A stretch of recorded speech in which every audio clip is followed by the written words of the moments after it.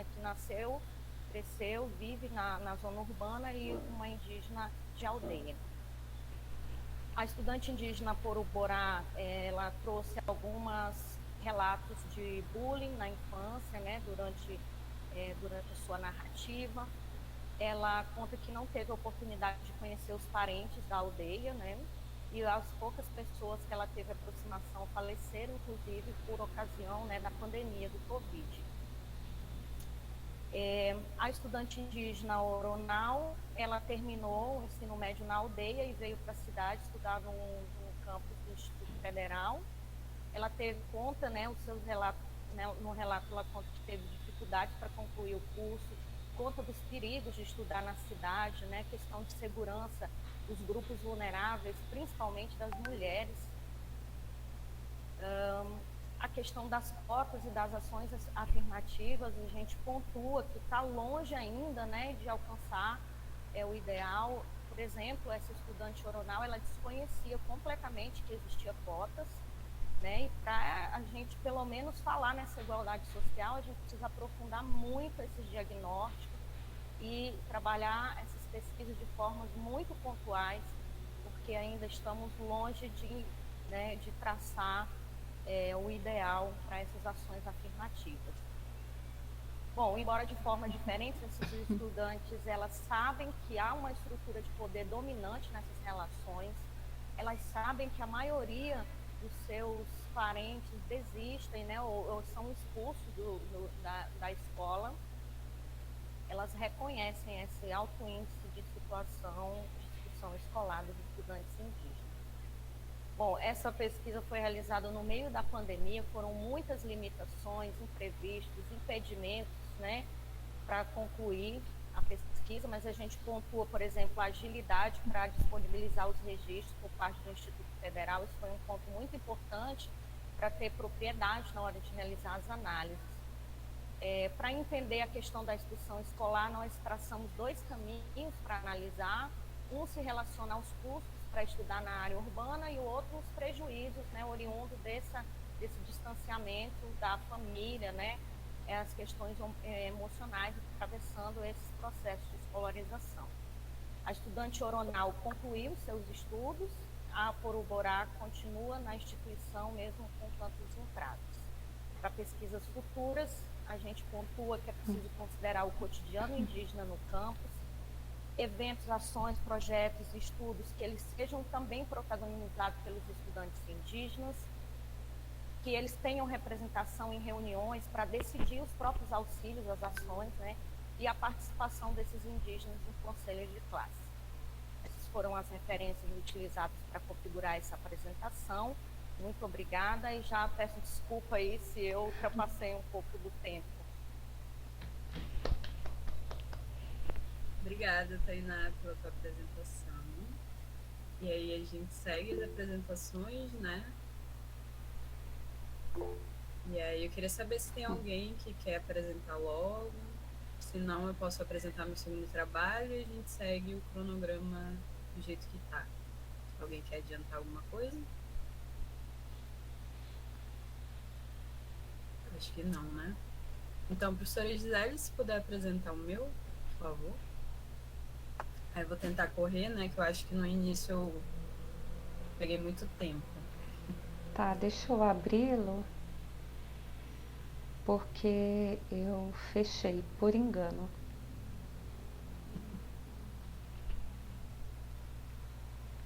Só um minutinho, tá abrindo, tá? Mas parabéns, as apresentações estão muito ricas. Parabéns, Tainá, belo trabalho.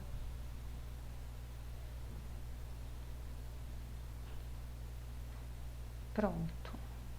Aqui já vou exibir o da Thaís.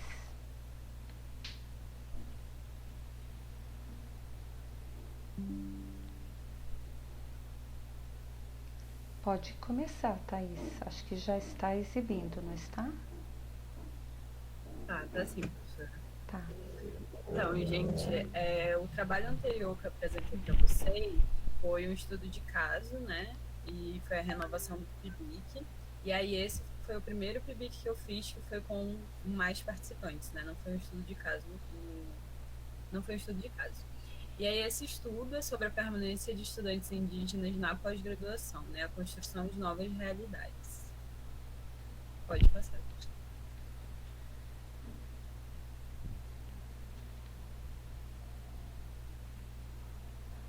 Aí nesse estudo, né, a gente fala sobre a lei de cotas, né, número 12.711 de 2012, e aí a gente traz que a ocupação da universidade é uma fonte de resistência para esses estudantes indígenas que foram contemplados pela lei de cotas, né.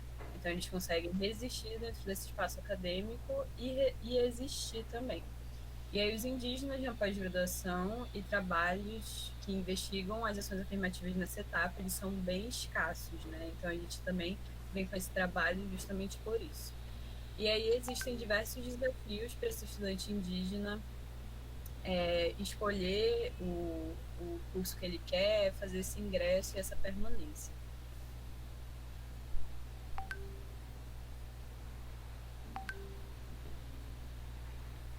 Aí nós também trazemos, né, aquela noção de colonialidade que eu expliquei anteriormente, que ela vai gerar esse sofrimento ético-político, que seria justamente essa desvalorização do ser, do saber e do poder. E aí a gente também traz que a coletividade ela faz parte dessa identidade indígena, né, como foi muito bem exemplificado no trabalho anterior sobre essa ancestralidade, essa noção de coletividade realmente que eles trazem. E para a gente combater a colonialidade vão ser necessárias perspectivas não coloniais, né, que satisfaçam a necessidade dos povos para a produção de uma nova sociedade.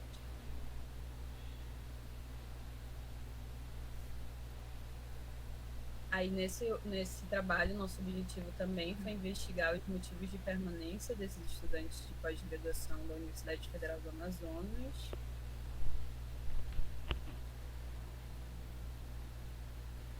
Aí nosso trabalho foi uma pesquisa qualitativa, nós utilizamos questionários, entrevistas semi-estruturadas, e aí participaram 6 secretarias de pós-graduação e 7 alunos indígenas. E aí a gente utilizou a estatística descritiva e análise de conteúdo Bardão.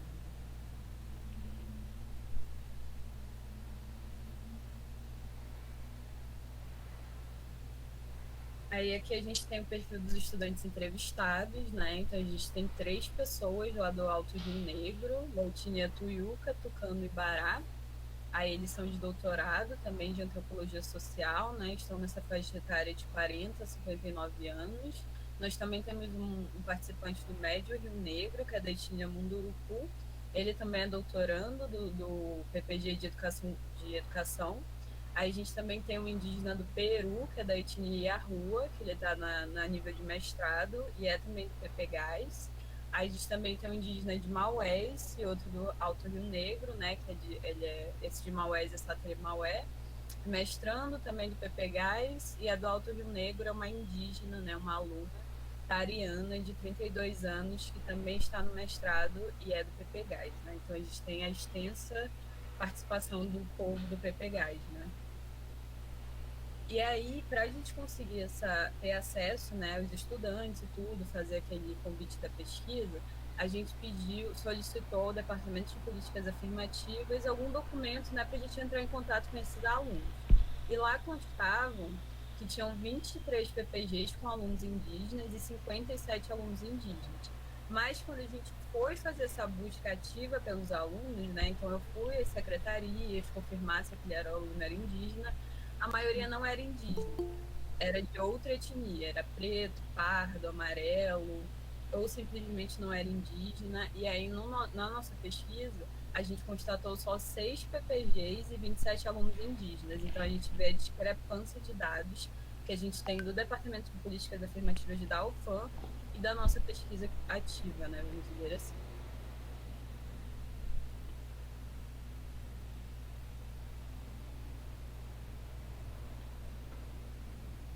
Aí aqui nós temos os PPGs que constavam ter alunos indígenas, mas na verdade não eram alunos indígenas, né? Então eles eram amarelo, pardo, não tiveram como confirmar a identidade desse aluno, né? Tem muitos sem confirmação e muitos também eram pardos e não indígenas. Aí qualquer coisa eu disponibilizo o slide, né, que dá para ver com mais, dá para ver melhor cada PPG. E aí, com alunos indígenas, realmente, a gente teve de agronomia tropical, de antropologia social, ciência animal e recursos pesqueiros, educação, saúde, sociedades e endemias da Amazônia e engenharia civil.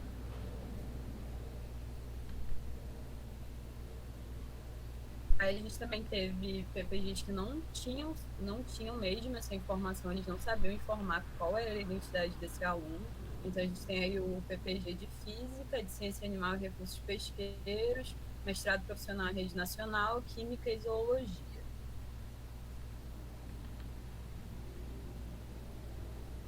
Aí nós tivemos também programas que não responderam, né? Então a gente tem essa lista aí de programas que não participaram da pesquisa porque não responderam as nossas perguntas, né, nossos questionamentos, seja presencialmente, seja via e-mail. Aí a gente também tem 19 programas de pós-graduação que não participaram porque não constam ter alunos indígenas de acordo com o Departamento de Políticas Afirmativas. Aí a gente também fez a nossa análise de conteúdo, né, que a gente dividiu em algumas categorias, né? A primeira foi essa trajetória de escolarização, e aí a gente tem alguns discursos aqui também, né? Aí a gente tem um entrevistado de doutorado, que ele vai falar assim: eu sou de uma geração que foi obrigada a negar a nossa cultura. Minha educação veio dessa lógica de imposição cultural. Aí a gente tem outro doutorando falando o seguinte: nós éramos 9 irmãos, imagina. E aí a gente não sabíamos falar português, não estávamos acompanhando o nível de escolaridade, um baque.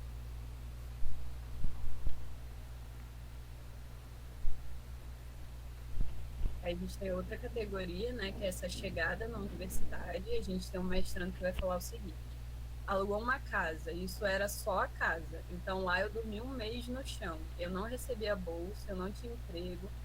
Depois de eu ter todo o conforto em casa, ser uma liderança dentro de casa, onde não faltava nada. Quando eu penso assim, dá vontade de ir embora, sabe? Esse aqui não é o nosso mundo. Aí outro mestrando disse: eu não tive problema. O PPGás me adotou como filho e eu o adotei. Deveriam dar mais oportunidades para os indígenas. Minha família está aqui. A família é um ponto muito importante para manter além de qualquer programa que possa existir.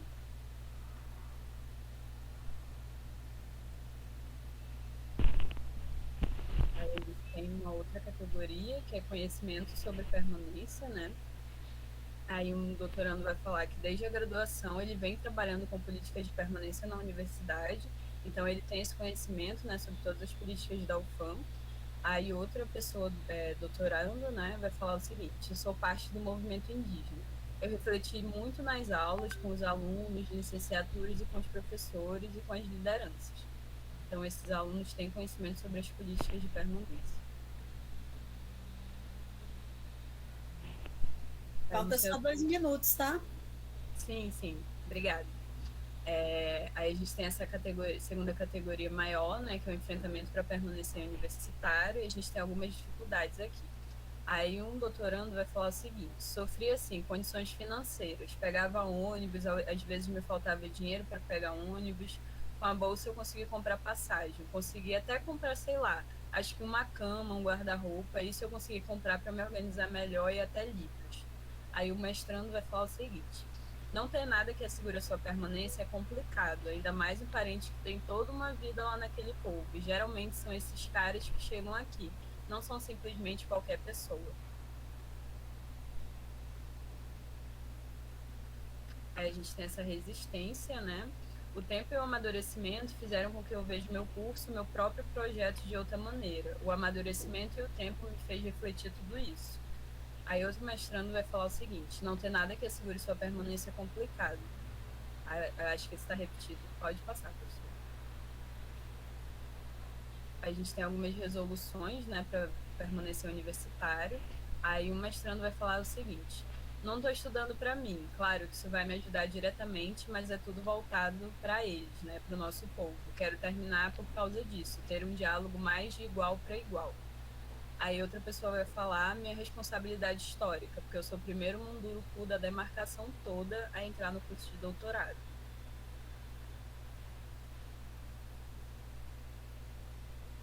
Aí a gente tem esse segundo, que vai falar que tudo que eu aprendo aqui eu utilizo e uso como instrumento para pensar o meu próprio pensamento enquanto indígena.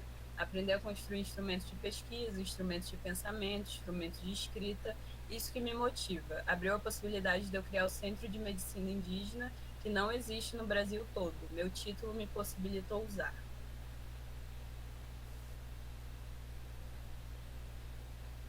Aí a gente tem essa etapa de políticas institucionais, né, que muitos vão dizer que não conhecem as políticas e que as políticas muitas vezes não dão acesso aos materiais de fato, né, não contemplam essa permanência desde a sua permanência material mesmo, como uma casa, livros. Pode passar, professor. Aí a gente tem algumas sugestões, né, que eles vão falar sobre apoio psicológico, uma seleção diferenciada para indígenas, quilombolas, ribeirinhos, que tem outras lógicas, outras epistemologias. Pode passar. Aí a gente tem umas propostas, né, que falam justamente sobre criar um Instituto Indígena na UFAM, para estar trazendo pajé, bolsa moradia, política linguística, ementas, atualizar referências, combater o preconceito. Pode passar.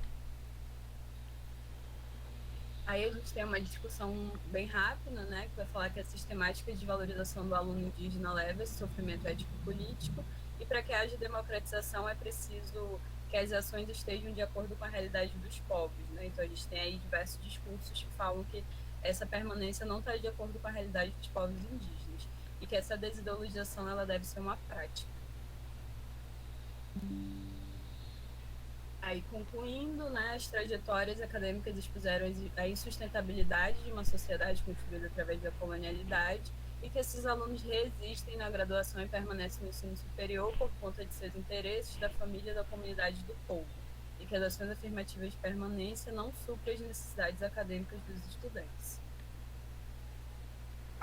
Aí esse foi o nosso primeiro trabalho, e aí também queria pedir desculpa, né, que eu peguei 2 minutinhos a mais de tempo, e aí a gente segue o nosso cronograma com a Shirley para a apresentação.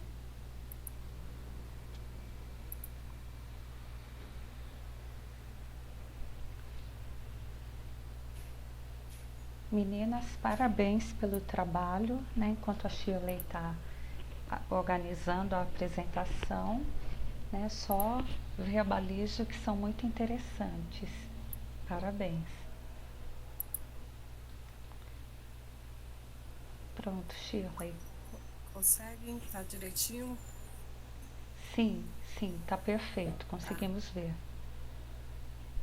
Boa tarde, meu nome é Shirley, eu sou nascida e criada em Porto Velho, Rondônia, e a minha pesquisa, eu faço parte do PROCAD, mestrado em Psicologia, da UNI. O meu título é Escolarização de Mulheres Indígenas por Uborá, Suruí, Aporinã e a Licenciatura em Educação Básica Intercultural da UNI. Eu sou orientada pela professora Maria Ivonete Barbosa Tamboril. O objetivo geral da dissertação foi analisar a trajetória de escolarização de mulheres indígenas no curso de licenciatura em Educação Básica Intercultural na Universidade Federal de Rondônia, no campus de Ji-Paraná. Eu trago como objetivos específicos historiografar o processo de implantação e implementação do curso de licenciatura em Educação Básica Intercultural da UNI, no campus de Ji-Paraná, identificar avanços e os desafios do curso, bem como descrever como as estudantes indígenas avaliam sua trajetória de escolarização e levantar as vivências e experiências acadêmicas dessas mulheres indígenas ingressantes no curso de licenciatura em Educação Básica Intercultural da UNI.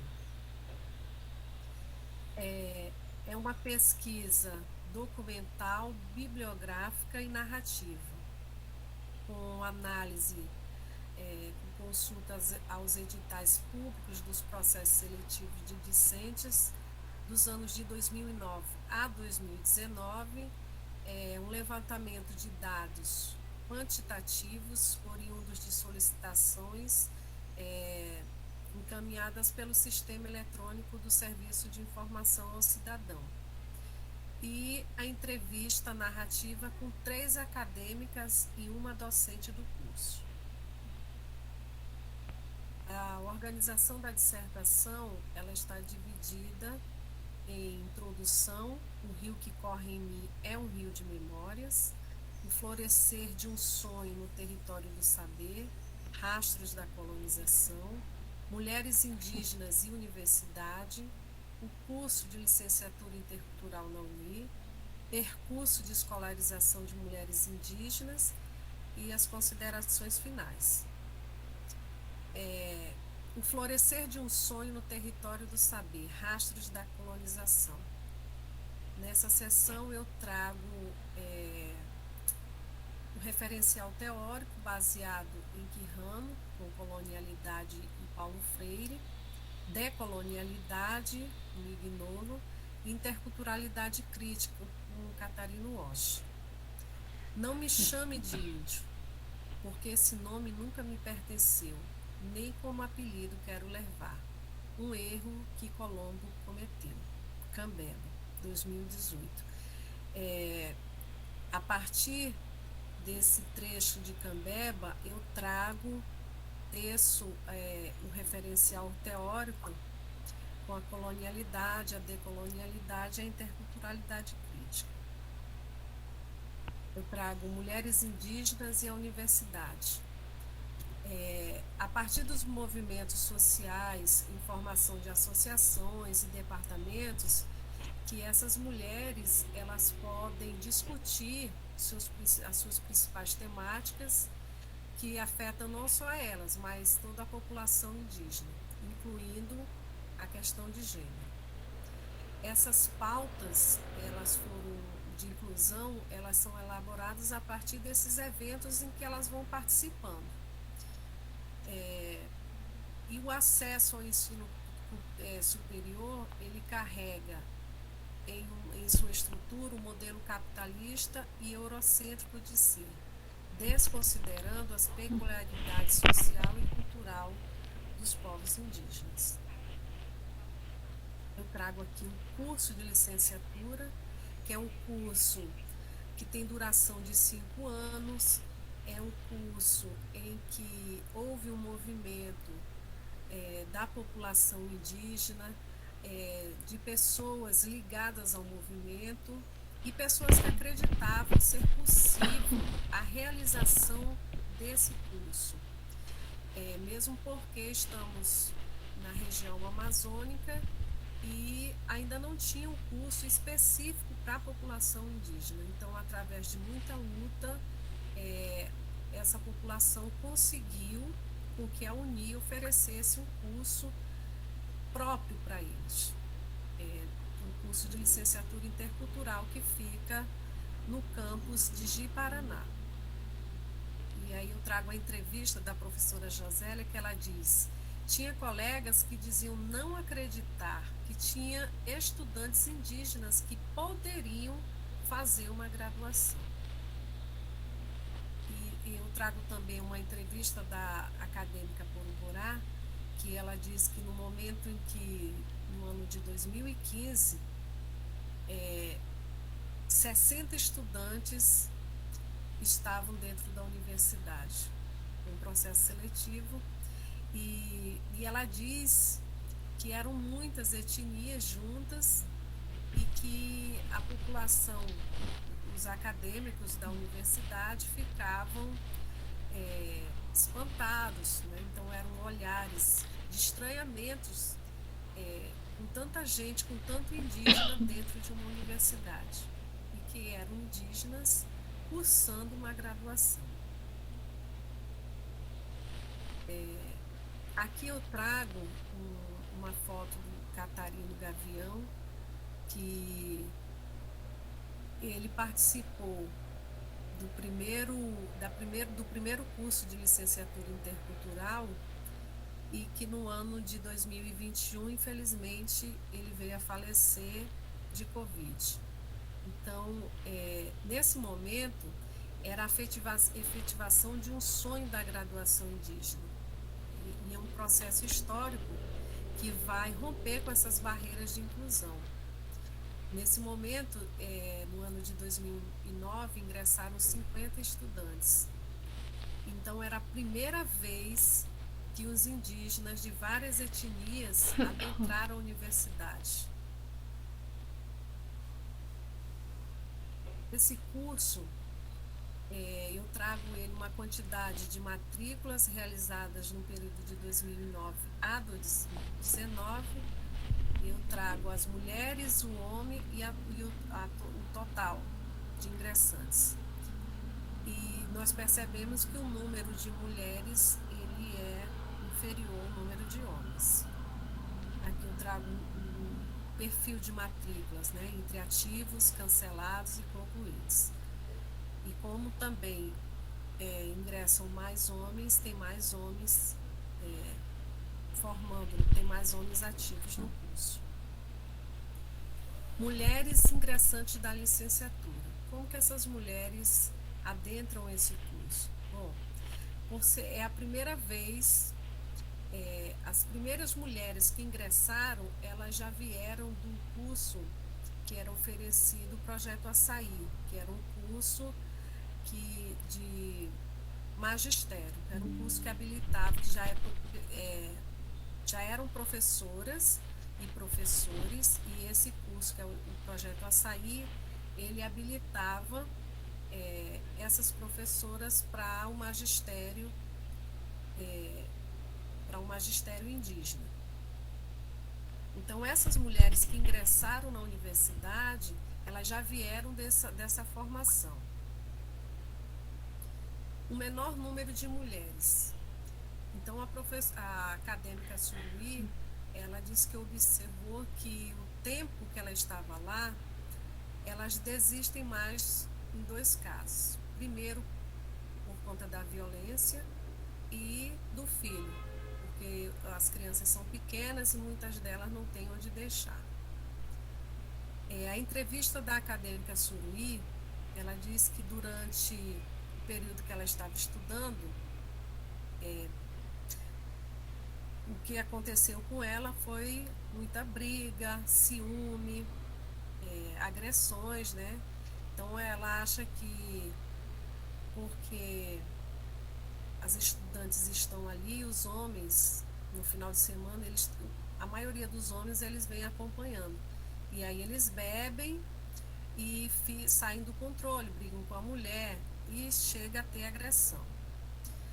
Então, nessa parte, ela diz que muitas mulheres preferem desistir do que estar vivendo nessa situação. A acadêmica Suruí também fala que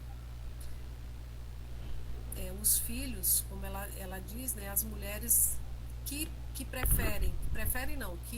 não têm onde deixar, deixam com a mãe ou com algum parente. E as que deixam, que levam, ela é prejudicada porque a criança chora, ela não tem onde deixar a criança, muitos estudantes ficam incomodados. Esse percurso de escola... Oi? Só para avisar que estamos em 9 minutos, tá?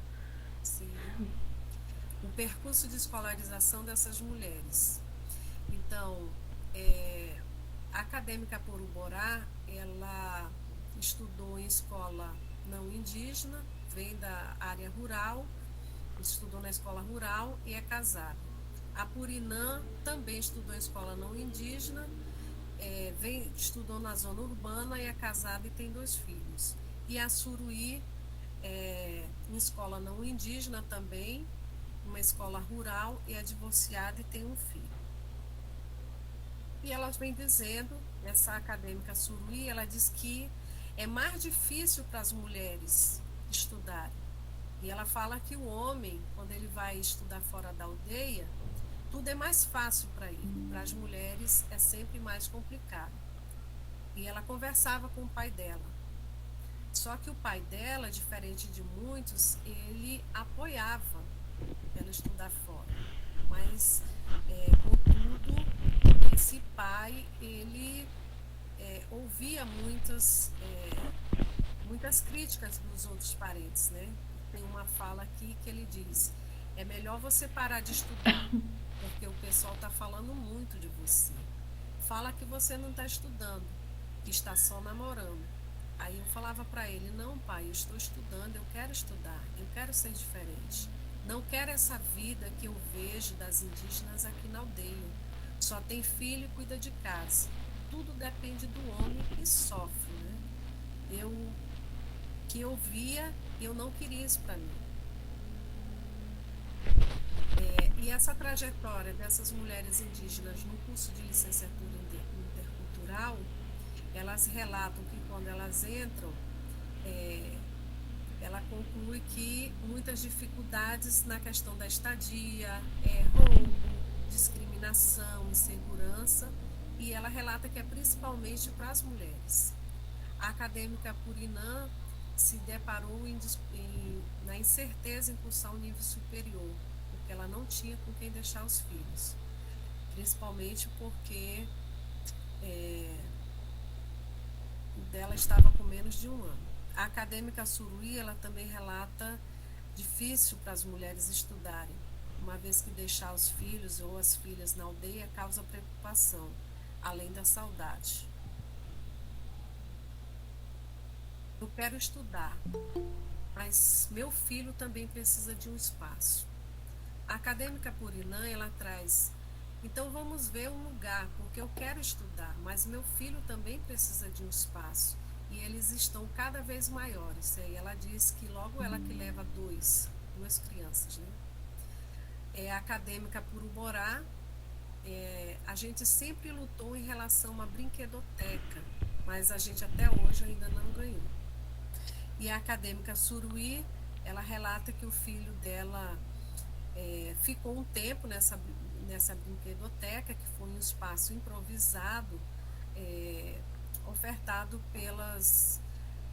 pelo curso de pedagogia, em que tinha algumas estudantes que faziam estágio, mas que depois não funcionou mais.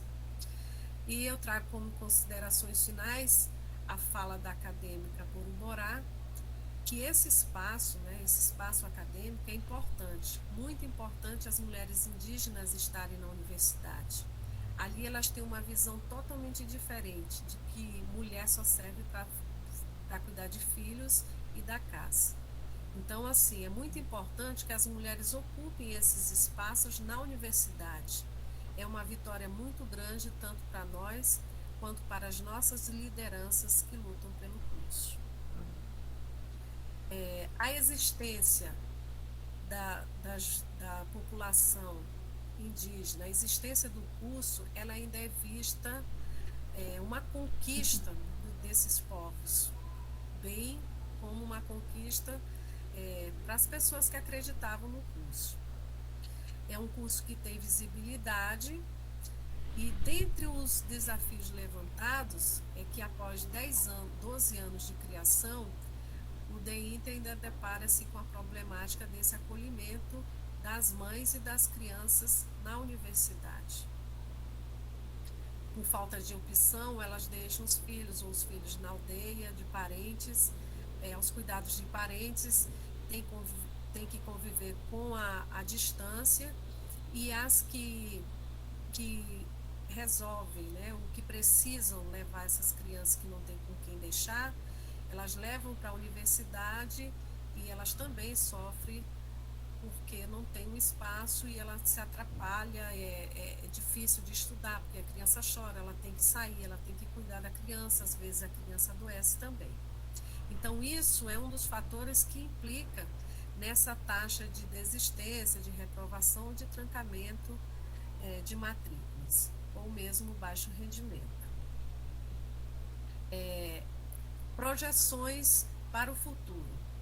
As entrevistadas, elas dizem que os seus planos é continuar no nível de especialização, mestrado e doutorado.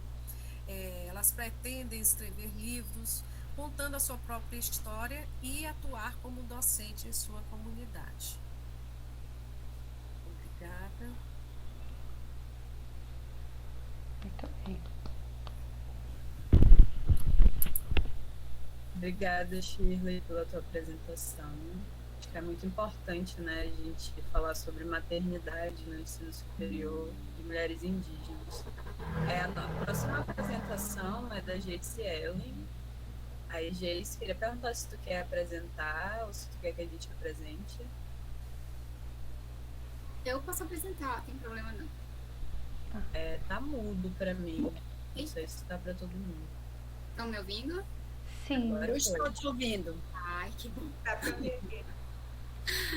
Bom, eu posso apresentar. Tá bom. Eu posso apresentar, não tem problema não. Tá bom. Deixa eu compartilhar aqui então.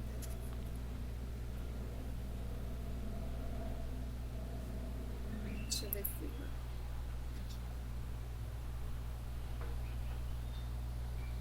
Prontinho, vocês estão vendo? Vocês estão vendo, gente? Tá abrindo. Agora tá abrindo. Agora sim. Tá. Então vamos lá. Foi no modo apresentação. Oi? Coloca no modo apresentação. Para Tá. mim já tá acontecendo aqui. Já? Ah, sim, tá falando do PowerPoint, né? Desculpa. Aí, tá certo? Não. Me deem um retorno aí, se estiverem vendo. Nós Aí, estamos vendo. Mas ainda não está no modo apresentação. Eu já botei. Eu acho que ele tá demorando para passar, porque ele não tá no Então modo. é assim mesmo que a gente está vendo. É. Então tá, gente, eu sou a Geice, eu sou mestranda, né, do curso de psicologia da UFAM. O professor Marcelo Calegari é meu orientador, né, eu faço parte da linha de projetos, né, psicologia psicossocial, faço da parte da linha psicossocial. E essa pesquisa, ela é uma revisão integrativa do meu projeto do mestrado, né. Então, eu vou falar, né, no meu projeto e aqui nessa revisão sobre os efeitos psicossociais do racismo anti-indígena em estudantes de ensino superior. Vamos lá. Para começar, né, a pesquisa, eu acho importante a gente destacar que teve uma situação do colonialismo muito bem falada pela Thaís, né, que ela destacou vários pontos, né, sobre isso. E para estudar racismo, né, a gente precisa entender que houve um processo de colonização, né, que, né, teve um massacre, né, usando bem essa palavra, de várias etnias indígenas, assim, né, que os portugueses chegaram aqui no Brasil. E esse processo de colonizar, né, muitas vezes acabou que teve um apagamento dessa identidade indígena, que foi se perdendo com o tempo. E também acabou influenciando na forma como a gente entende o que é ser indígena, né? Essa representação que o Munduruku e a Terena, eles falam nos textos deles, nos artigos, né, nos livros também, é sobre como o indígena é visto hoje em dia e como essa visão de que a gente tem do indígena, ela é marcada por essa imagem colonizadora, né? Que a gente tem essa percepção de que o indígena tem que estar lá, né, na aldeia, né, na sua rede, na sua pesca. O indígena não pode estar inserido no contexto social, no contexto urbano.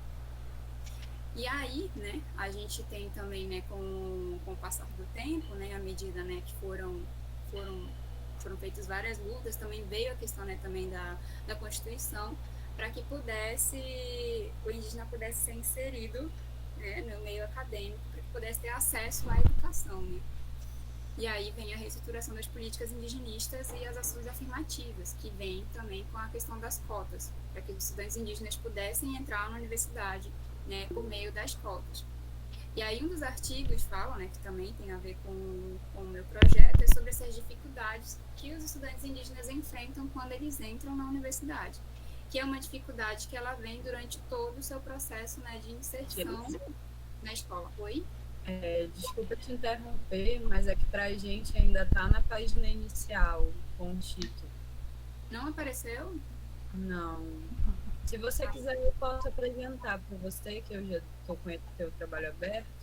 Então melhor, porque eu acho que não tá indo, né? Eu acho que não também. Então tá, pode. Eu não sei como é que eu vou sair daqui agora.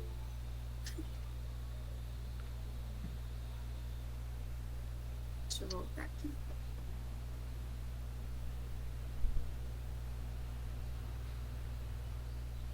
Acho que foi. Vou só colocar aqui. Tá.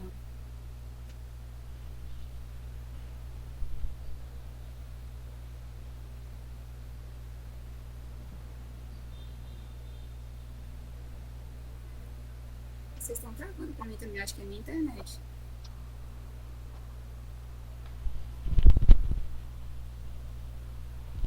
Estamos te ouvindo bem. Ah, pelo menos isso. É.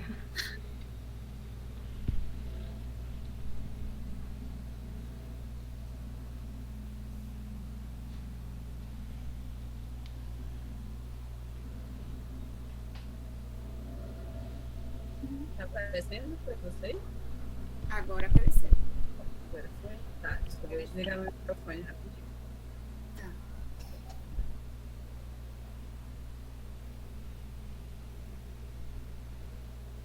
Tava aí.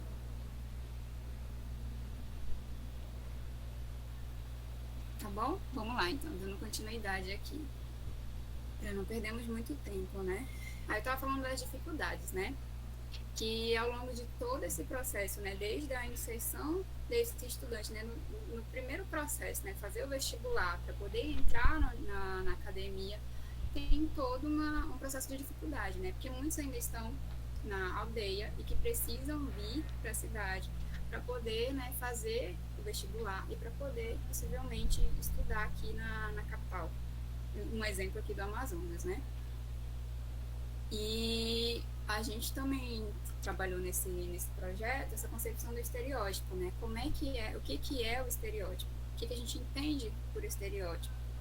E o que a gente entende por preconceito, discriminação e racismo anti-indígena?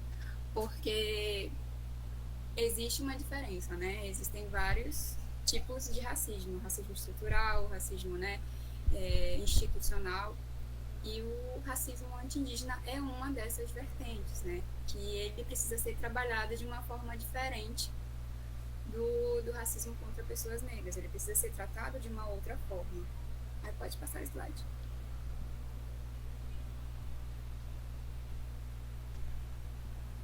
Como categoria analítica do projeto, né, e também, né, da revisão integrativa, a gente usou o marco teórico da psicologia social crítica, né, para poder embasar o nosso estudo. E também fizemos essa descrição, né, do que seria o estereótipo, o que seria o preconceito, o que seria a discriminação e o que seria o racismo, para que a gente possa analisar, né, como esses efeitos vão afetar esses estudantes. Vocês estão me ouvindo, gente? Tá, né? Sim, pode continuar. Que deu uma travada aqui para mim. Tá. E como é que esses estudantes indígenas estão inseridos na universidade, né? Alguns pontos de algumas pesquisas apontaram, né, que uma das principais dificuldades, né, enfrentadas era a questão da permanência. Muitos artigos falam sobre essa questão da permanência, porque se deslocar da aldeia, né, para a cidade envolve um custo, né? Envolve dinheiro. Não tem como se bancar, não tem como sobreviver naquele local. Outros estudos também falam sobre essa questão da própria discriminação no meio acadêmico, porque é uma pessoa que tem uma vivência, que entra nesse ambiente que tem um estilo brancocêntrico de funcionamento, né, que é uma estrutura que é toda voltada para o estudante branco, né, que não até os próprios estudos, as próprias teorias que a gente estuda são estudos de pessoas brancas. Sim. Então, o estudante indígena não se reconhece nesse espaço, não se reconhece nesse local e ele não vê a sua vivência valorizada. Tanto que tem um artigo que fala que a própria vivência, a pessoa indígena vai falar da vivência dela e o professor, né, o teórico, enfim, não vai validar a vivência dela, vai validar que um pesquisador falou sobre aquela etnia, sobre aquele estudante. Mas você tem ali uma pessoa que é daquela etnia, né, que está falando sobre o povo e ela não vai ser ouvida. Vai ser ouvida um teórico que estudou aquela etnia, que estudou aquela pessoa. E aí a gente fala, né, sobre essa importância dos estudos decoloniais, de dar voz a essas pessoas, para que esses estudantes indígenas possam trazer a sua teoria, para que eles possam trazer a sua voz para as pesquisas. E por isso é muito importante que tenhamos, né, dentro dos programas, não só a permanência, né, voltar para que, por exemplo, a UFAM possa ter essa estrutura para receber esses estudantes, mas também que possam dar voz a essas pessoas, né? Pode passar para o próximo slide. Aí a justificativa, né, tanto do projeto quanto do estudo, né, é o interesse pessoal pelas temáticas da área da psicologia social, ampliar pesquisas na área da psicologia sobre os efeitos psicossociais do racismo e relevância social ético-política, porque a gente percebe que a psicologia, né, ela não tem muitos estudos, né, focados nessa área do racismo anti-indígena. A gente vai ter várias outras pesquisas, mas ainda é um campo que precisa de mais atenção. Pode passar. Aí o objetivo geral é analisar os efeitos psicossociais do racismo em estudantes indígenas matriculados em cursos de graduação. Próximo slide. Pode passar. Os específicos, né? Ai, volta nos específicos. De cima. Aí. Os específicos é compreender como tem sido a trajetória acadêmica desses estudantes, né? A interseção até a inserção e permanência na universidade. Identificar quais as percepções que os estudantes indígenas possuem dessas vivências dentro e fora da universidade, como é que eles se compreendem fora e dentro desse ambiente, né? Investigar de que forma o contato com a universidade e os episódios de racismo cotidiano têm afetado a identidade, as vivências e as expectativas futuras dos acadêmicos. Porque, assim, né, na nossa percepção é que o estudante indígena chega com uma vontade de estudar, de aprender, né, de levar esse conhecimento para o seu povo, mas como essa vivência, né, dentro da academia vai afetar esse ideal, né, essa expectativa, né? Como é que a realidade aqui da convivência com as outras pessoas vai afetar esse objetivo que ele tinha, né, de entrar na academia. Aí o próximo slide. A metodologia, né, desse trabalho em si, né, deste aqui, é qualitativa e é uma revisão de literatura. A gente usou bases de dados no Lilac, Cielo e PepsiCo, e os artigos foram entre 2010 e 2020, e foram coletados 40 artigos para fazer essa revisão. Próximo slide.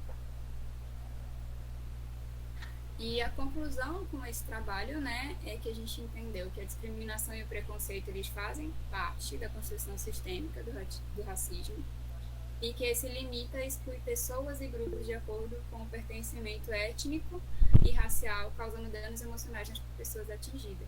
Todos os 40 artigos, eles tiveram essa mesma compreensão, de que, de algum modo, né, essa inserção do estudante, né, na academia causa algum dano emocional em algum nível. Todos os artigos trazem esse mesmo resultado. Então, por isso, né, a minha pesquisa com o projeto, ela é ver, né, como está sendo afetada aqui também na UFAM, e quais são os dados que a gente vai coletar aí futuramente. E é isso, gente. Obrigada. Aqui as referências. E é isso.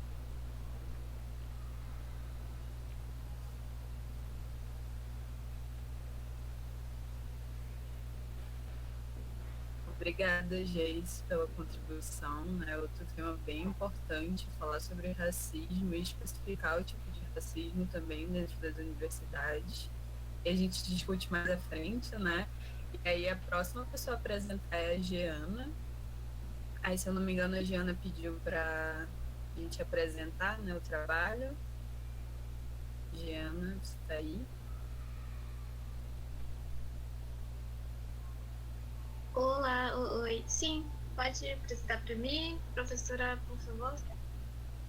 Então, pode deixar que eu já apresento, tá? Aqui aberto.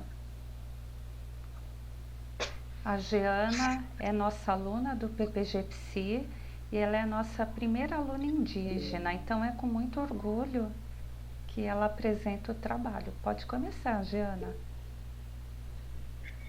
Então tá, como a professora já deu uma introduzida um pouquinho, gostaria de dar boa tarde para vocês, a todos, todas e todos vocês. Eu sou a Giana, do povo Banil, eu sou indígena eu estou agora aqui no meu município de São Gabriel da Cachoeira, no Amazonas, e o que eu trouxe aqui para apresentar, na verdade, é um autorrelato, que é uma Baniwa no PPG Psilfan, um autorrelato, e sou eu, Jana Baniwa, com o meu orientador, Marcelo Calegari. Bom, como a professora mesmo disse, eu até então tinha me questionado sobre essa questão de eu ser, eu acho que a primeira aluna indígena do PPG-PC na UFAM. Assim, só para iniciar mesmo, é uma honra e eu fico muito feliz por estar dentro do programa de pós-graduação na Universidade Federal do Amazonas. Eu que vim de uma faculdade particular e, assim, por questões mais de logística, questões assim educacionais, na verdade. E aí, desde que eu entrei dentro do PPG-PC, eu estou em um constante desafio de aprendizagem. E, assim, eu acho que eu estou no PPG-PC por alguma razão e eu estou muito feliz mesmo de estar aqui com vocês. Eu vou iniciar me apresentando realmente, sou uma estudante indígena dentro do PPG-PC UFAM. E os desafios enfrentados, eles já começam desde o momento que eu vou falar, assim, eu vou falar como coletivo mesmo, porque como eu também sou mestranda, faço parte do movimento indígena, tenho 2 grupos de jovens indígenas, faço parte de um grupo de dança de estudantes indígenas, então eu estou inserida no contexto onde os estudantes indígenas atualmente têm tido esse protagonismo em relação à questão de estar dentro das universidades, de estar lutando por essa permanência, por essa entrada dentro das universidades. E então acho que esses desafios a gente tem desde o momento que a gente sai do nosso município, desde o momento que a gente sai da nossa comunidade, da nossa aldeia, e a gente vai em busca dessa formação e até no sentido mesmo de recuperar os espaços que também são nossos.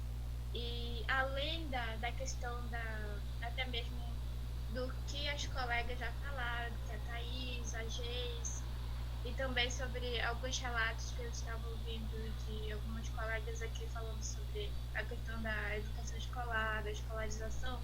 Nós, enquanto estudantes indígenas, sofremos muito essa questão do racismo quando a gente sai dos nossos territórios e vamos em busca desse estudo, dessa formação numa cidade grande, que a gente fala, seja numa capital, seja até mesmo no próprio município, porque o estudante indígena, quando ele sai, é uma hierarquização, né? O estudante indígena tem um indígena que vem lá da comunidade da aldeia, ele vai para o município.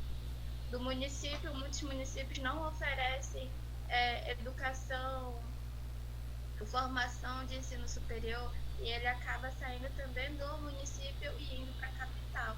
Então são fases assim que são perpassadas, e durante todo esse processo o estudante indígena ele sofre. Quando ele sai da comunidade, quando ele vai para o município, muitas pessoas acham que quando o indígena sai da comunidade e vai para o município, por mais que o município seja um pouquinho mais perto da comunidade, ele não sofra, assim, ou que ele sofra em uma parcela menor da questão do racismo. Na verdade, ele sofre racismo até mesmo com os próprios parentes. E pior ainda quando ele vai para a capital, que é quando a gente vê essa questão do racismo ser um pouco não, mais perpetuado. Então, é toda uma trajetória, toda uma questão que para a gente, enquanto estudante indígena, é um desafio muito grande, que interfere nas nossas relações, que interfere na questão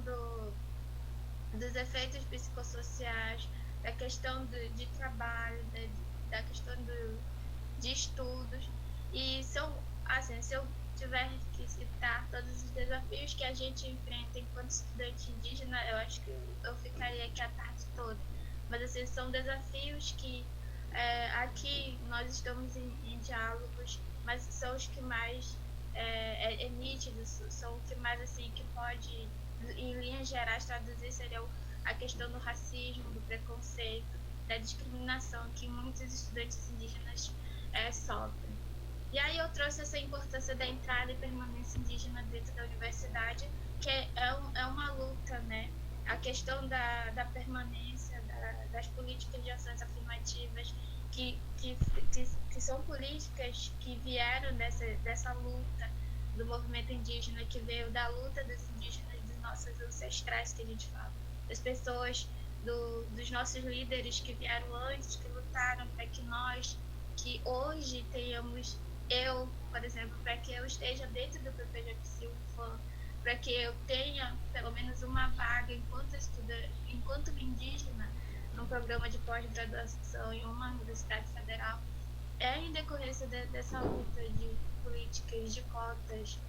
E essa importância dessa entrada e permanência tem sido discutidas desde que as políticas foram implantadas, desde antes mesmo de elas serem implantadas, e principalmente agora que, enquanto também indígena e jovem indígena, nossos direitos têm sido atacados, essa entrada e permanência, nós estamos em constante luta para que elas tenham mais visibilidade e que a gente possa realmente ter firme essa questão dessa entrada, dessa permanência de estudantes indígenas na universidade.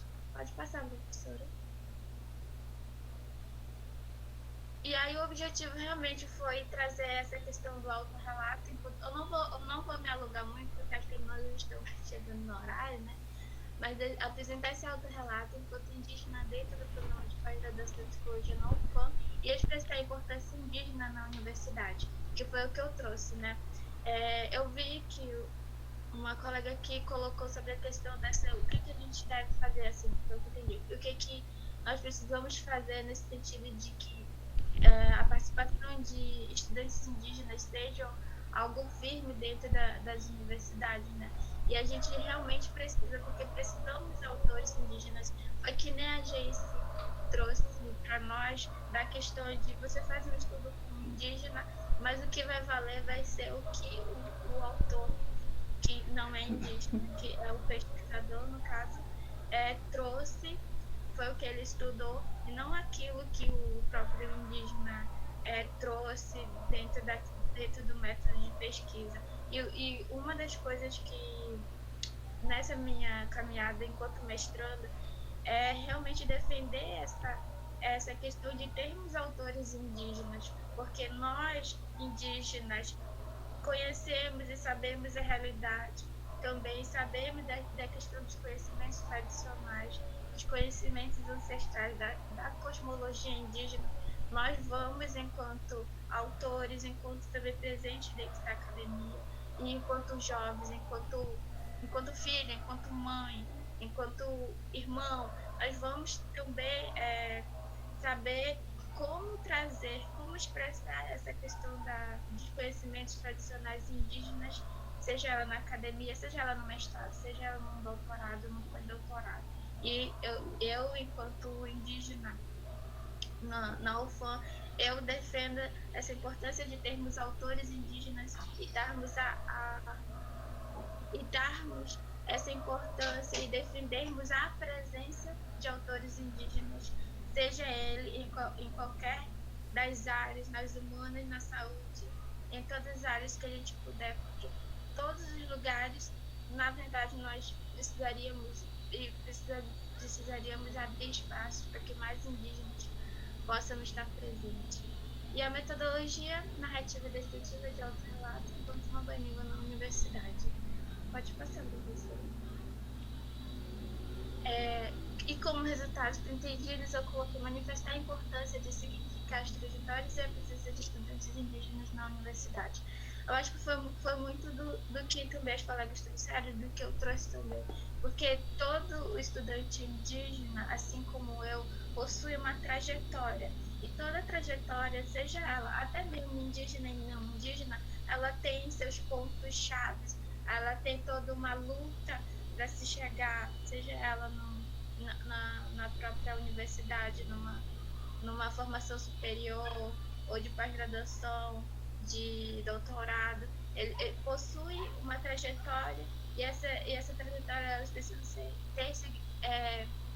a importância de significar essas trajetórias e essa presença de estudantes indígenas e propor reflexões sobre a entrada e permanência de indígenas dentro das universidades e nos PPGs.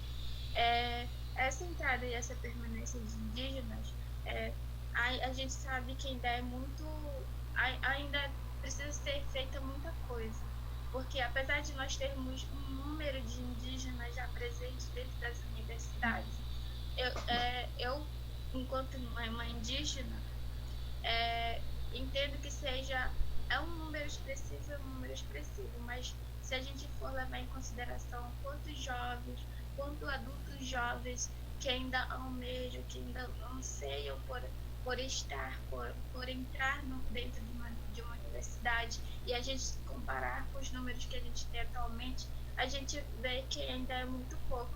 Então a gente precisa propor esses diálogos, propor essas reflexões, ver a questão dessas políticas de ações afirmativas e principalmente dialogar para que muitos outros jovens indígenas também tenham a mesma oportunidade, não a mesma oportunidade que eu tive de estar dentro do PPG, mas que a gente possa, dentro dessa questão, dessa entrada e permanência de jovens indígenas, propormos também para eles a reflexão de qual é essa importância de eles estarem dentro de uma universidade, qual é o papel deles dentro da universidade.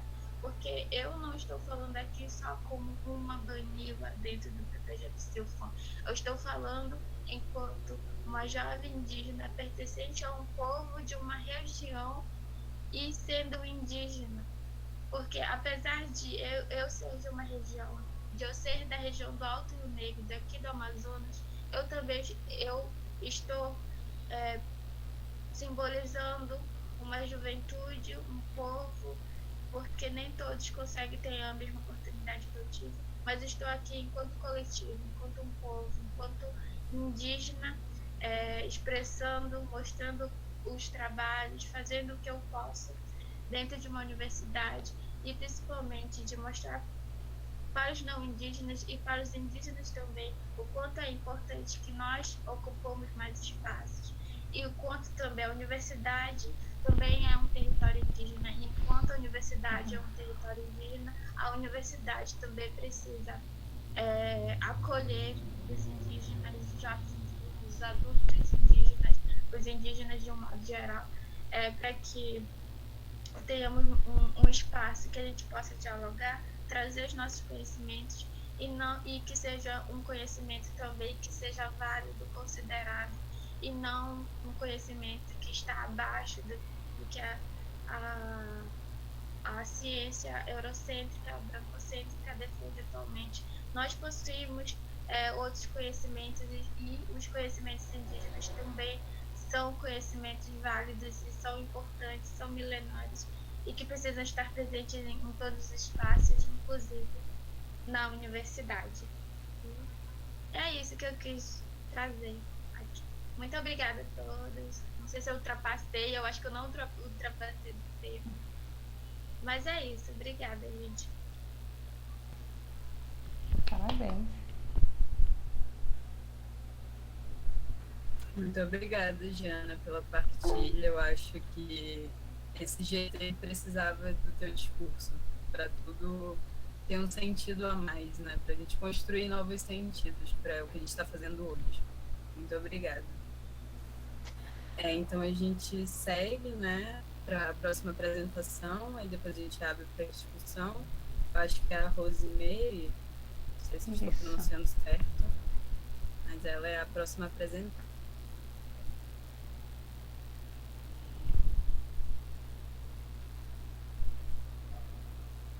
Sim, sou eu. Vou passar por aqui os slides, tá bom? Tá bom. Um momento.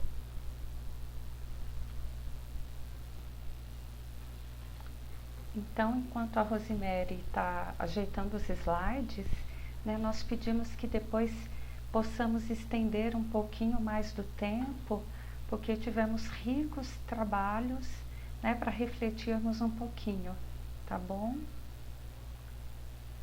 E parabéns a todas e todos que apresentaram trabalhos excelentes, né? Fazem a gente refletir bastante.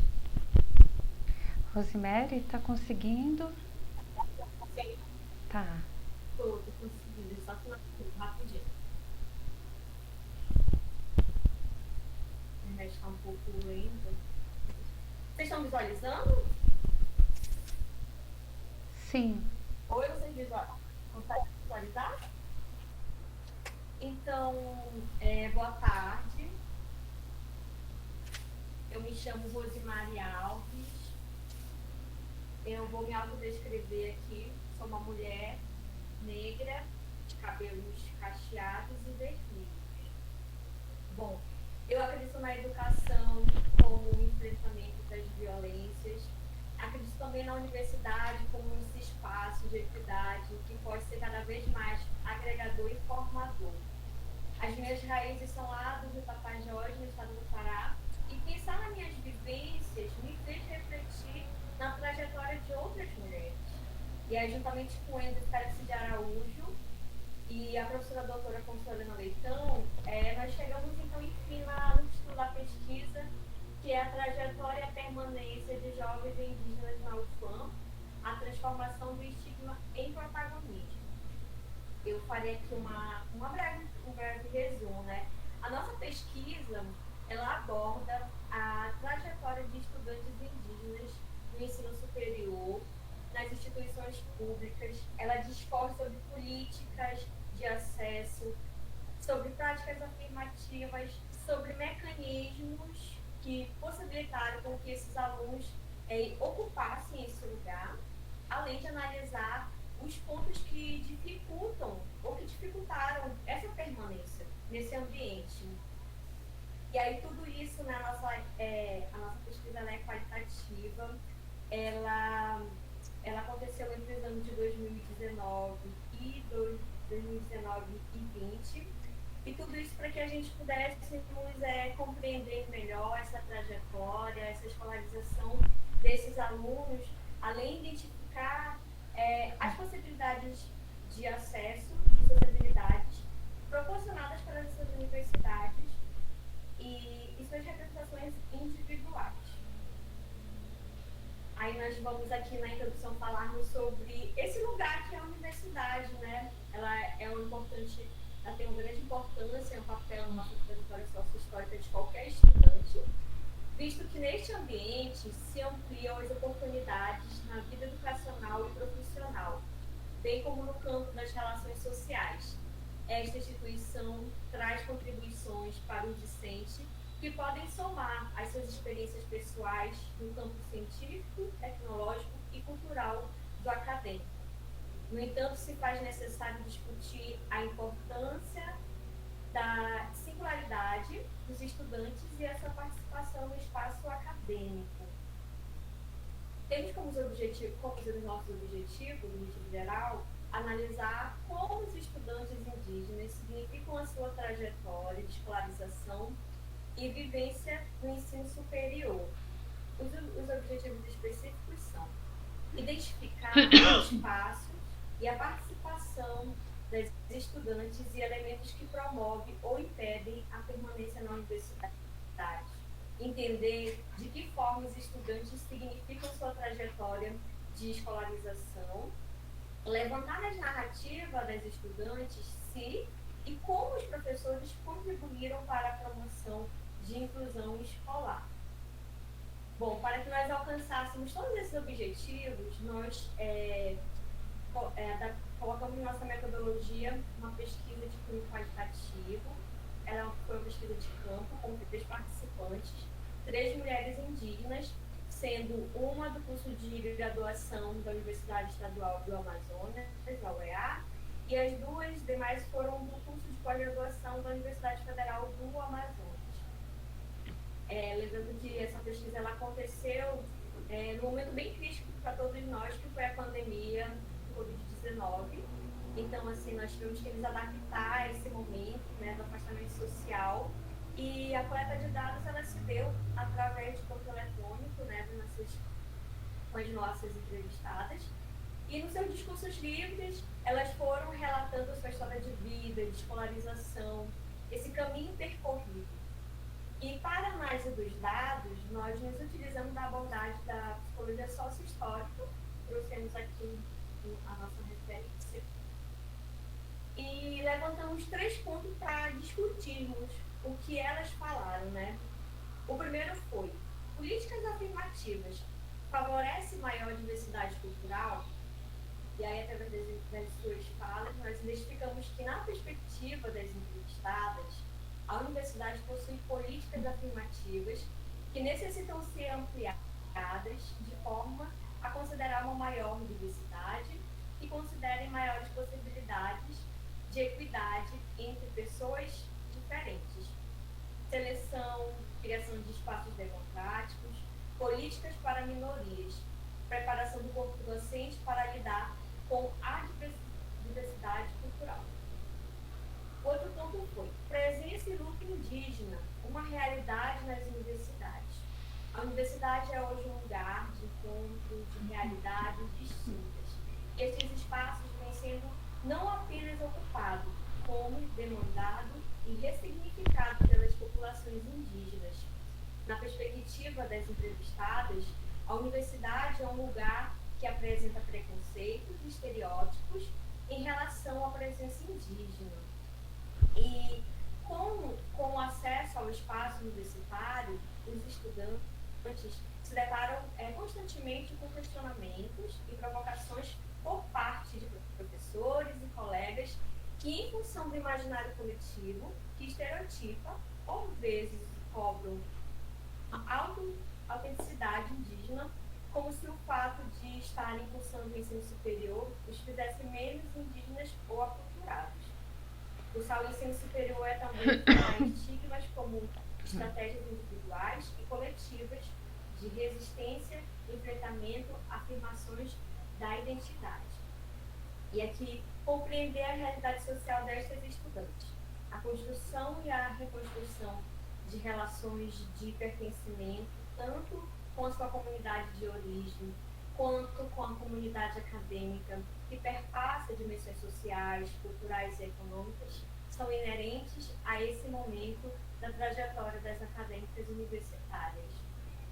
Bom, levou-se também a discussão as lutas travadas pelas mulheres, que aí no caso são as suas ancestrais, né, mães, avós, que vieram antes delas e abriram caminho para as novas lutas, e consequentemente conquistas que para estas mulheres se materializa em ocupar um espaço antes negado. Aí aqui a universidade, cargos públicos e políticos. Trouxemos aqui uma referência, onde fala sobre o estudante indígena universitário carrega consigo as referências de socialização e convívio de sua comunidade de origem, de sua aldeia, fundamentadas em relações de coletividade, troca e tensionamentos internos, bem como em trajetórias históricas de exploração e de usurpação de seus territórios pela sociedade não indígenas. E a seguir nós temos a fala, né, dela, tentamos falar, ainda na minha concepção, o grande desafio é entender a linguagem acadêmica da matéria em si, que foi o que nós ficamos compartilhando entre nós, alunos indígenas.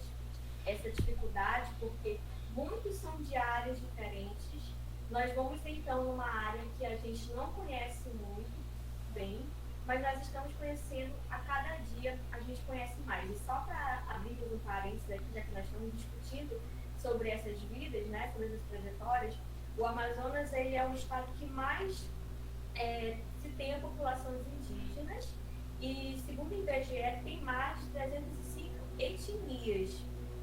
Então, existe esse fator da questão da linguagem própria deles, existe a linguagem também da academia, que é uma linguagem que exige até para nós mesmos, que é exigente, então eles sentem muito com relação a esses fatores.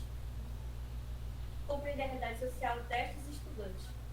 No campo da psicologia sócio-histórica, as formas de pensar e sentir o mundo revelam uma integração, por vezes contraditória, de experiência e de conhecimentos, aspectos significados de uma história social e pessoal, mediada pela ideologia, pela classe social e pelas instituições, etc.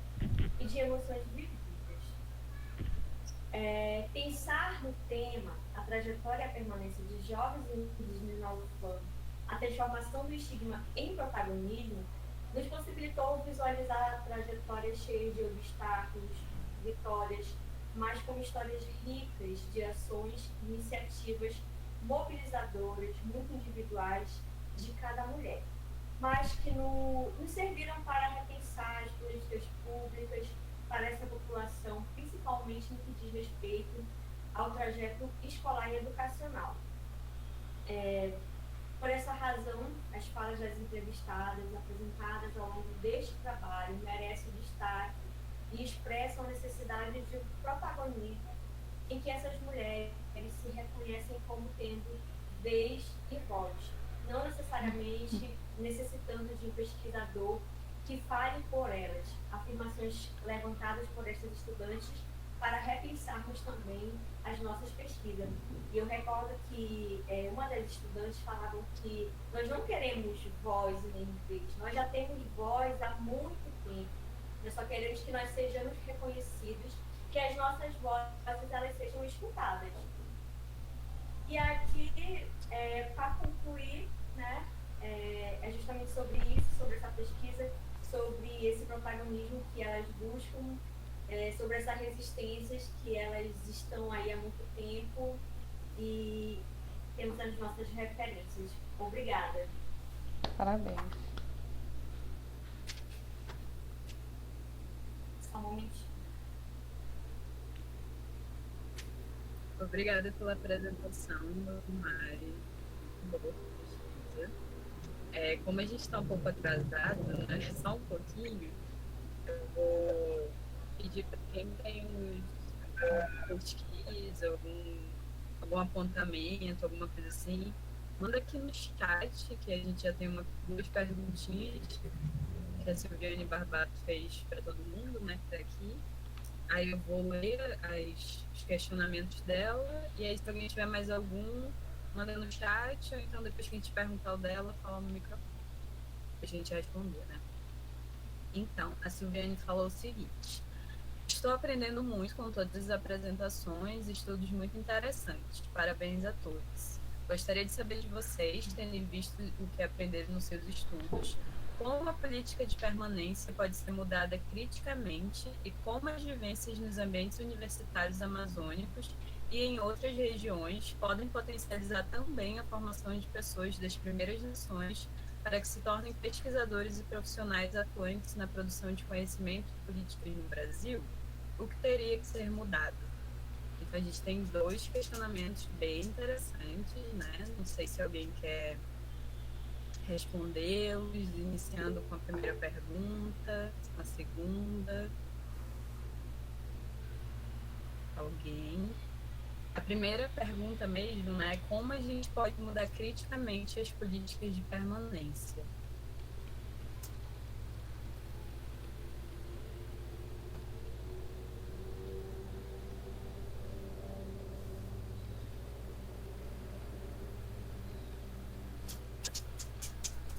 E aí, gente, alguém? Acho que a Jeana, né? Tá. Pode responder, Jeana, e pedir para a Rosemary tirar a apresentação, que aí a gente vê todo mundo na tela.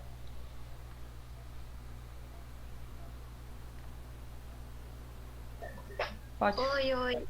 Tá.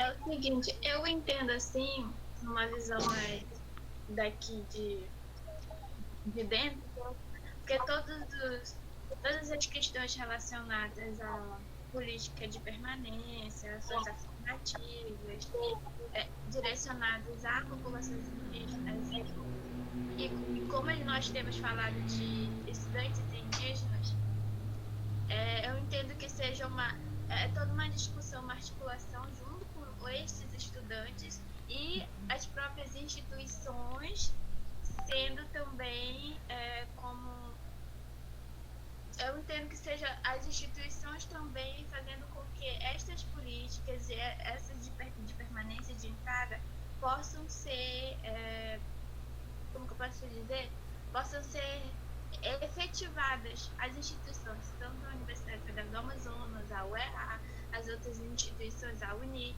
elas, como instituições, também deveriam estar participando, fazendo com que essas permanências de estudantes, essas políticas, todas essas ações sejam realmente implementadas, sejam favorecidas e estejam sempre ali em prol dos estudantes indígenas. Eu entendo que seja nesse sentido, porque nós vemos que tem sim uma persistência de estudantes indígenas em relação a essa permanência centrada e essas políticas para que que a gente esteja dentro das universidades. Só que a luta indígena, muitas das vezes, ela é uma luta... claro que ela tem seus parceiros, tem que ter muitos parceiros que ajudam nesse quesito, mas muitas das vezes as próprias instituições, essas políticas assim, um pouquinho mais, que estão mais acima das instâncias, muitas das vezes não ajudam para que isso seja favorecido e para que essas realmente estejam implementadas e que sejam um forte potencializador de termos estudantes indígenas dentro das universidades.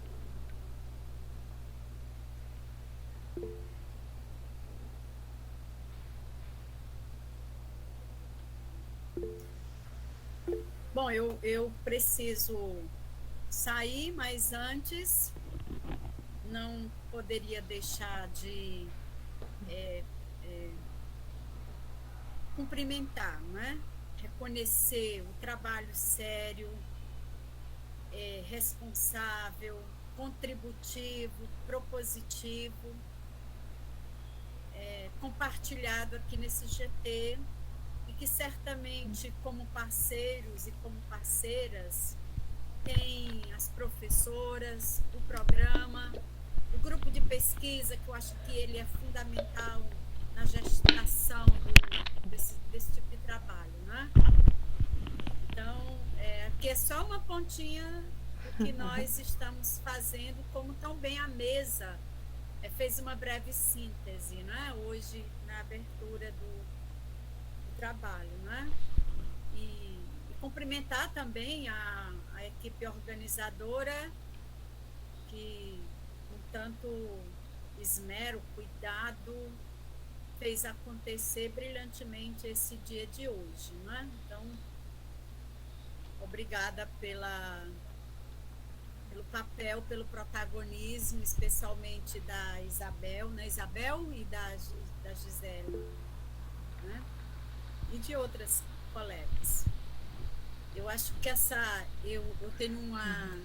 Jeane, eu compartilho com você e com todas as questões que vocês levantaram e trouxeram, e as reflexões que vocês trouxeram aqui, porque até então nós estamos concluindo várias pesquisas que apresentam na execução. A política ela já é frágil, e quando ela chega na execução, na fase da execução, ela vira medida paliativa, né? Então, a gente está... Mas a gente também estamos numa encruzilhada que podemos escolher para que lado nós vamos, né? Se nós vamos retomar uma construção de políticas públicas para fortalecer o embrião das ações afirmativas construído na luta, né, em algum tempo passado, ou vamos continuar nesse caminho de acumulação de perdas, de massacre, de queimação da Amazônia, toda essa desgraça, a tragédia, né, que nós testemunhamos, seja pela mídia, pelas redes sociais, pelas conversas, não é? Então, acho que a encruzilhada é essa, é tomar partido, não tem Aqui não tem meio termo de que lado nós vamos ficar e de que lado nós vamos travar essa luta. Na universidade, na família, na igreja, no partido político, no sindicato, na feira, nos feirantes, nas associações de bairro, debaixo da ponte, no bar, onde quer que seja. Né? E várias respostas e vários questionamentos, vocês vão ter que participar da mesa 2 na quinta-feira. A propaganda aqui, né, Juliane? A mesa 2, maravilhosamente composta pela Juliana, pela a Márcia, né? E pela Ivonete, na quinta-feira, vai discutir, né, vai trazer algumas contribuições nesse diálogo tão bacana que vocês estão aqui trazendo. Muito obrigada. E até amanhã, não é? Que seja boa, porque a gente suspendeu um outro mini curso que ia começar para prestigiar a mesa, viu? Ótimo, Juliana. Minhas parcerias. Mas assim, acho que a fala da Ivonete é muito importante, né? E nesse grupo, aqui com todos esses trabalhos, nós pudemos perceber o quanto a universidade pode fazer, mas ao mesmo tempo acho que o quanto ela é omissa e o quanto ainda nós precisamos lutar, não só como professores, alunos, mas enquanto cidadãos, né? Enquanto pessoas que atuam na sociedade. E quando eu estava na coordenação do PPG-PSI, né, que foi um momento em que a Jeana ingressou como a nossa primeira estudante indígena, primeiro foi uma alegria, né, dela ter passado por um processo e avaliando, a gente vê que ele é um processo muito centrado no branco, né? Projeto de pesquisa, defesa de projeto, né? Uma escrita na língua portuguesa, normas ABNT, né? Então, quantas dificuldades metodológicas, né, eurocêntricas, nós colocamos no meio do caminho, né? E ela conseguiu. Só que eu acho que talvez nós tenhamos de repensar, né, todo esse processo, desde o ingresso, não só na pós-graduação, mas na graduação, né? E para dar voz mesmo, que para mim o que ficou muito evidente aqui no grupo, né, nos trabalhos, foi isso. O quanto nós, que não somos indígenas, queremos falar pelos indígenas sem respeitar o próprio pensamento, a própria voz. Então, para mim foi muito rico.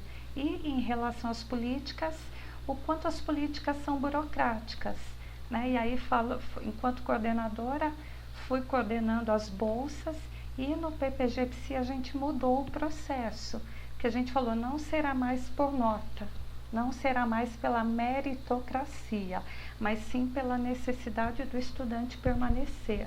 Mas mesmo assim, pela necessidade, o quanto é burocrático, preencher documento, requerer documentos. Então, acho que precisa uma mudança mesmo de concepção em toda a universidade. E espero que as nossas pesquisas, né, gerem muitas reflexões, mas também documentos, proposituras, para que essas políticas mudem. Obrigada, foi muito proveitoso. Agora passo a palavra para mais alguém.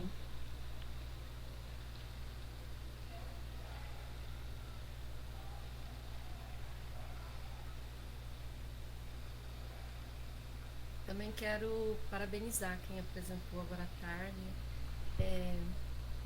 Penso que todos e todas nós temos muito que aprender. Então, eventos como esse propiciam isso.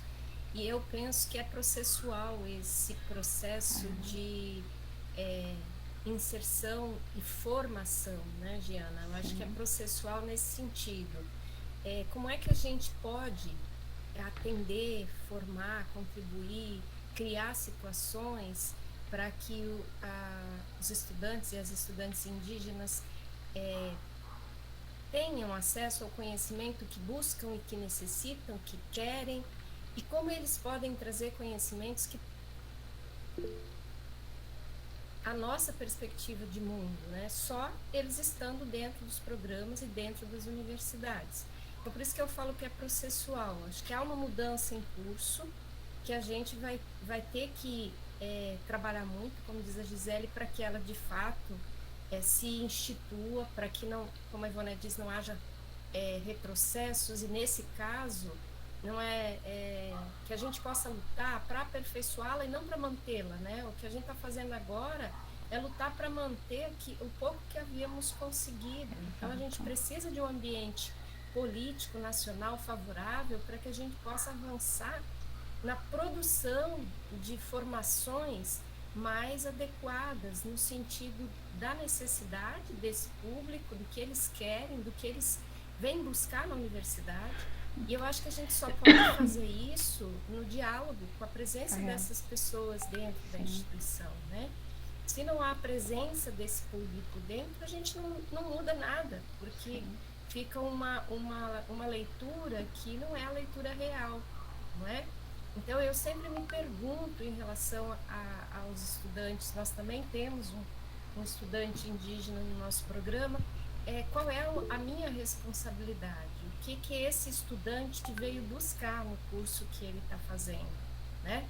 E como o programa tem responsabilidade de atender a essa demanda.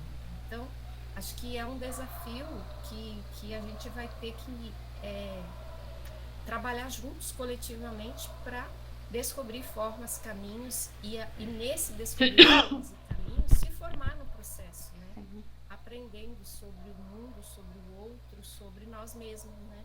Que a gente aprende sobre a gente mesmo nessa troca, no olhar do outro também, né? Então, acho que é por aí. Eu acho que eventos como esse é que nos fazem aprender. Então, parabéns a todos e todas as envolvidas, parabéns pela organização. As informações estão chegando direitinho, a gente tem informação por todo lado, só não participa quem não quer, tá bom, Gisele? Obrigada.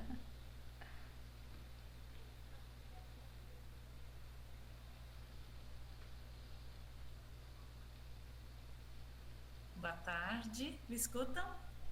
Sim. Quero parabenizar a organização do evento, excelente, parabenizar as falas, excelentes.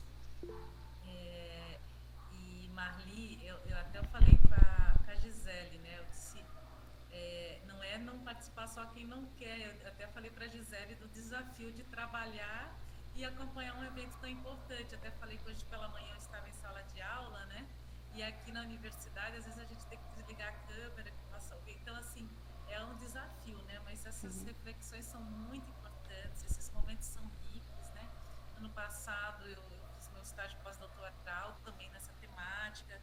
Eu estudei adaptação acadêmica em jovens universitários indígenas, então foi muito bom escutar. E assim, por me afastar numa pandemia, e aí eu tive um pequeno atraso também para cumprir minha pesquisa, e a fala de vocês que eu escutei hoje foi enriquecedor e me animou a repensar minha agenda, que eu tenho que voltar aos meus estudos, às minhas leituras, né? Então eu agradeço muito, foi muito legal. Acho que a gente tem muito o que conversar e eu tenho muito interesse de fazer as leituras, as produções, as pesquisas, né? Porque eu acho que é uma troca muito rica.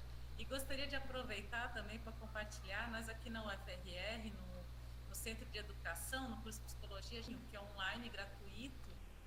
Em parceria com a Associação Brasileira de Psicologia do Desenvolvimento, a professora Gisele depois repassa para vocês as informações. Então, a gente vai ter palestrantes a nível de Brasil, né? Mas nós vamos ter também palestrantes locais, trazendo também as questões indígenas, questões migratórias, né? Um pouco dessa discussão. Então, quero agradecer muito a oportunidade de poder participar e parabenizar a todos pela essa excelente mesa, muita qualidade. Sim.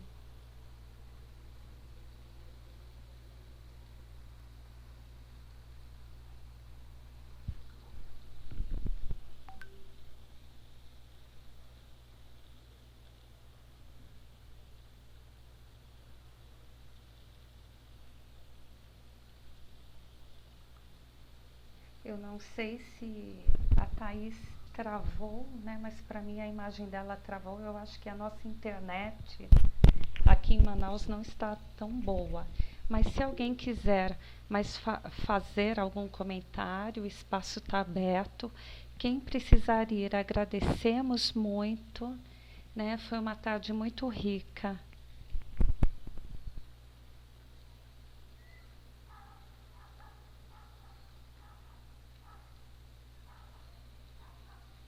Queria agradecer também, minha internet está um pouco ruim mesmo. Queria agradecer a presença de todo mundo, né, que assistiu todos os trabalhos, que ficou até aqui agora, né, nesse momento. As pessoas que já saíram também, né. Só queria fazer um comentário que eu acho que, assim como a Giana falou, né, sobre essa atuação coletiva, de você deixar que ocupem espaços é muito importante, né? Eu acho que nas minhas duas pesquisas, assim, resumidamente, tudo que os participantes falavam, né, os alunos indígenas, era sobre isso. Era sobre eles agirem coletivamente, eles poderem agir coletivamente, né? Porque eles já agem coletivamente. Então, assim, a universidade, ela precisa realmente abrir para que esses indígenas ajam coletivamente, seja chamando um pajé, seja chamando alguma liderança da sua comunidade. E aí, talvez, com essa abertura para agir coletivamente, a gente possa fazer essas transformações nas políticas de permanência de forma crítica, né? Mas eu acho que o pontapé inicial seria justamente isso, a universidade se abrir para que eles ajam enquanto povos indígenas, né? Enquanto coletivos, que é uma coisa bem importante. Eu acho que muito crucial para eles, né? Acho que seria a etapa inicial para a gente mudar alguma coisa.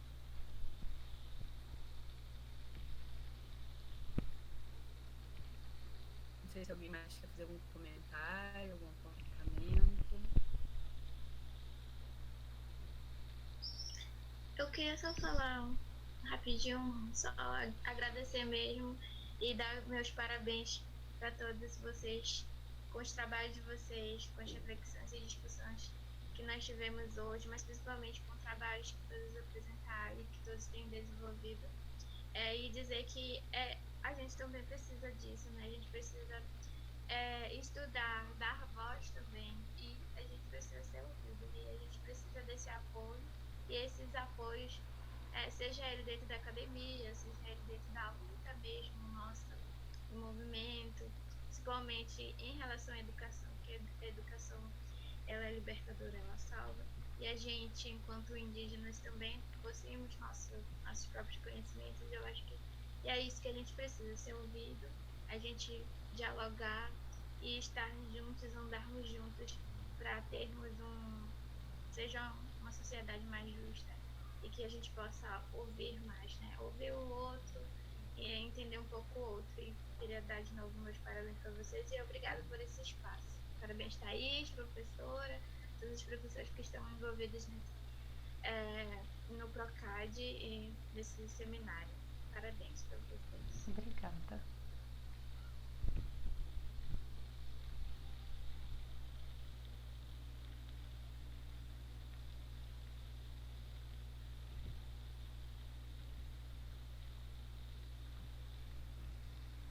Bom, gente, acho que se ninguém tiver mais nenhuma reflexão, né, algo para falar, acho que dá para a gente encerrar, né, professora Gisele? Sim. Então, mais uma vez, agradecer a todo mundo, né? Amanhã a gente continua a nossa programação, tem o GT2, né? A mesa 2 também. Tá cheio de programação pra gente. Daqui a pouco, acho que vocês já devem ter a programação, né? Pelos grupos do WhatsApp. E é isso, pode falar, professora. Só reforçando a programação, amanhã pela manhã nós teremos o GT2, que é os desafios para a permanência de estudantes ribeirinhos, campesinos e urbanos, pelo período da manhã. Nós enviaremos novamente o link pela plataforma Event, porque ele é pelo Google Meet.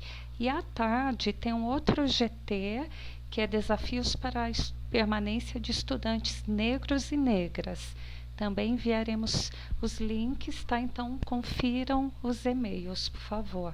E agradecemos a toda essa turma que está até esse horário e a discussão foi maravilhosa. Muito obrigada mesmo.